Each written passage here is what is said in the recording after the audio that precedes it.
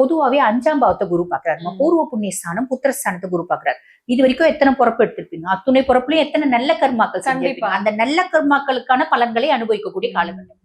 அப்ப நல்ல கர்மாக்களுக்கான பலன்களை அனுபவிக்கணும் அப்படின் போது நமக்கு சமூகத்துல மரியாதை, அந்தஸ்து, மதிப்பு உயரதாமா செய்யும். மாற்று கருத்தே கிடையாது. அஷ்டம் ராகு இந்த குரு பயிற்சியும் போது மத்த பிளானட்டரி பொசிஷன்ஸையும் நம்ம சேர்த்து தானே பலன் சொல்லலாம். கண்டிப்பா. குரு சூப்பரா இருக்காரு, ராகு கெட்டு போயிருக்காருங்க, கேது சூப்பரா இருக்காரு, சனி கெட்டு போயிருக்காருங்க அப்படின்னு சொல்ல முடியாது இல்லையா. சனி நல்லா இருக்காரு, பாக்கிய சனியா இருக்காரு, அதுக்கு மேல குருனோட பார்வை. இப்ப 8ல இருக்க ராகு குருனோட பார்வை இருக்காது. ராகு தன்னிச்சையா செயல்படுவாரு. செவ்வாயினோட நட்சத்திர சாரம் வாங்கி போறாரு. அப்ப இவங்களுக்கு ரகசியங்கள் ஏதாவது இருக்கு, ஹிடன் சீக்ரசிஸ், ஹிடன் ரிலேஷன்ஷிப்ஸ் ஏதாவது இருக்கு, அதெல்லாம் இல்லம்மா, ரொம்ப சந்தோஷம். ஆரோக்கியத்துல கவனம் தேவை. மரபொழி சொத்துக்கள் இவங்களோட ப்ராப்பர்ட்டிஸ் இருக்கு அப்படின்னு போய் பராமரிக்கணும், அதுல கவனம் தேவை. அப்ப ராகுவை பேஸ் பண்ணி தான் பரிகாரம் அப்படின்னே சொல்லலாம். ராகுவை பேஸ் பண்ணி ராகு யாருக்கு அடங்குவான், அம்பிகைக்கு அடங்குவான்.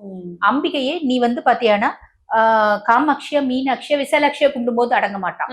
அம்பிகைய காளியா, தாராவா, பகலாமுக்கியா, தூமாவதியா கும்பிடும் போது அடங்குவோம். அப்ப ரொம்ப எளிமையான பரிகாரம் என்ன அப்படின்னா, ரொம்ப சிம்பிள். நீ பெருசா கஷ்டப்பட வேணாம். ஆல்ரெடி அஷ்டமத் சனினால நான் நொந்து போயிட்டேன், என்னால நீ பெரிய பரிகாரம் எல்லாம் சொன்னா நான் செய்ய மாட்டேன் அப்படின்ற மைண்ட் செட் அவங்க இருக்காங்க. கண்டிப்பா. அப்ப பக்கத்துல காளி கோயில் இருக்கு அப்படின்னா, பான் பீடா சொல்லுவாங்கல்லம்மா, இந்த ஸ்வீட் பீடா நம்ம இருப்பாங்களா, அந்த பீடா கொண்டு போய் தாயாரோட காலடியில வச்சுட்டு வேண்டிட்டு வந்தா போதும்.